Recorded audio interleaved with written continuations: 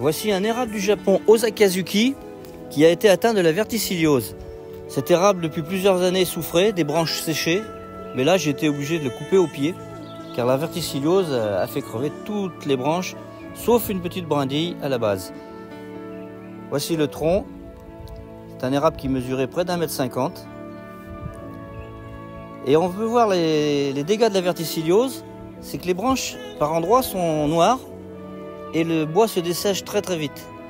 C'est une maladie contagieuse qu'il faut éviter et surtout ne pas replanter dans la même terre. Éviter aussi d'utiliser des fumiers, surtout s'ils ne sont pas assez décomposés, et de la terre de jardin où il y a eu des solanacées, genre pommes de terre et beaucoup d'autres, qui sont porteuses de la verticilliose. Donc il faut faire brûler les branches pour éviter de propager la maladie qui peut rester dans le sol très longtemps. Voilà la petite brindille qui a repoussé du pied. On verra dans quelques temps si ça a tenu. Mais j'ai pas trop confiance. C'est quand même très mal placé. Tout à fait à la base et sur le côté. Ça va être difficile de faire un arbre. Ici c'est un érable du Japon, Butterfly, qui lui aussi j'ai eu l'impression qu'il avait un début de verticilliose, puisque ses branches commençaient par endroits à noircir.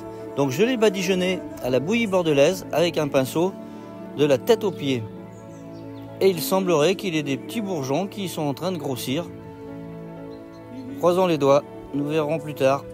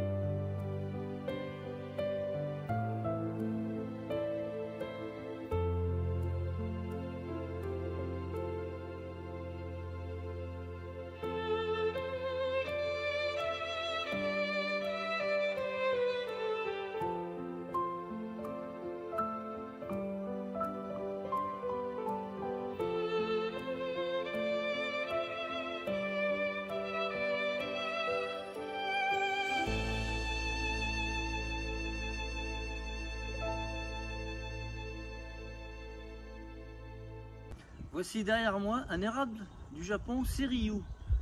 C'est un érable qui est en plein débourrage. Et je vais vous présenter aussi maintenant des petits érables que j'ai mis dans des bacs de 90 litres pour pouvoir leur laisser le temps de grandir et les conserver très longtemps sans avoir à les rempoter.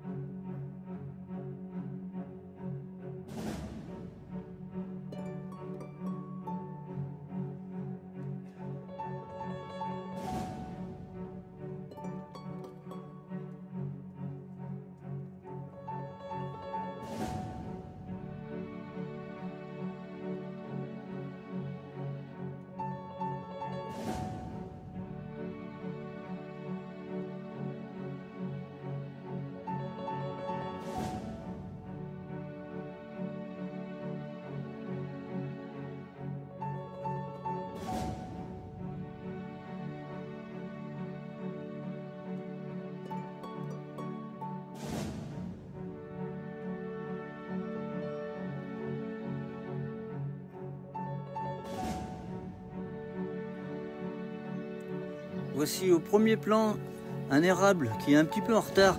Ce sont des graines que j'ai semées il y a 3 ans. Celui-ci est rouge à l'automne.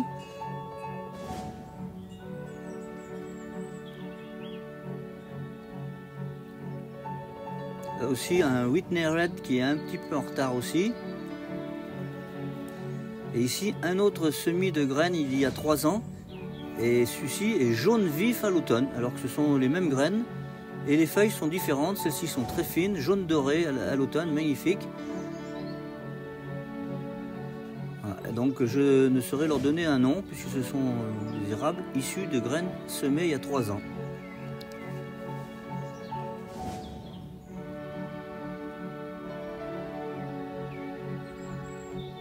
Ici c'est un Seriyu.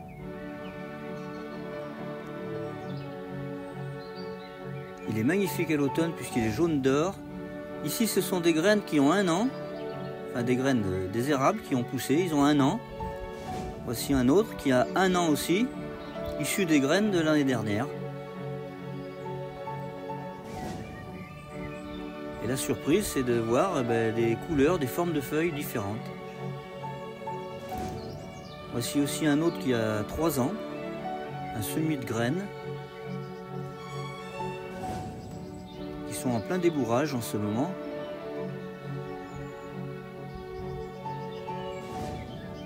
Ça réussit très bien le semis de graines. Il ne faut pas avoir peur de les mettre même si ça gèle, ils naîtront au printemps. Et voici ici d'autres petits érables que j'ai, des plantules. Ce sont des plantules que j'ai sorties de terre il y a à peine 8 jours. Je les ai semées au mois de janvier en pleine terre, gel ou pas gel, peu importe. Et voici ces petites plantules que j'ai repiquées dans des pots en attendant de voir les couleurs et comment ils seront afin de choisir leur emplacement. Voici des petits érables qui sont de cette année 2025 qui sont nés il y a environ 3 semaines, début mars environ.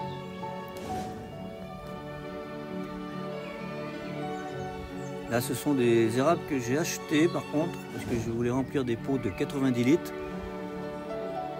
Ceux-ci sont dans des pots et j'attends qu'ils grandissent.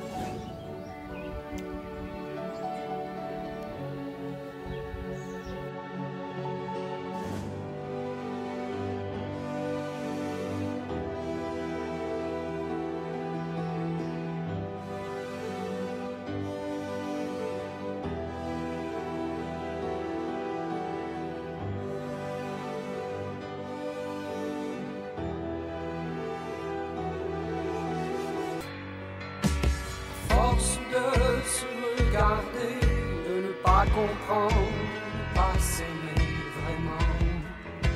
Le temps nous est compté. Vraiment, le temps nous est compté. Alors puisque le mal est fait, que le trou grandit, le lit défait, chacun se regarde, chacun se tait. Chacun se regarde, chacun se tait. C'est un homme dont le corps se penche comme un arbre mort, il tend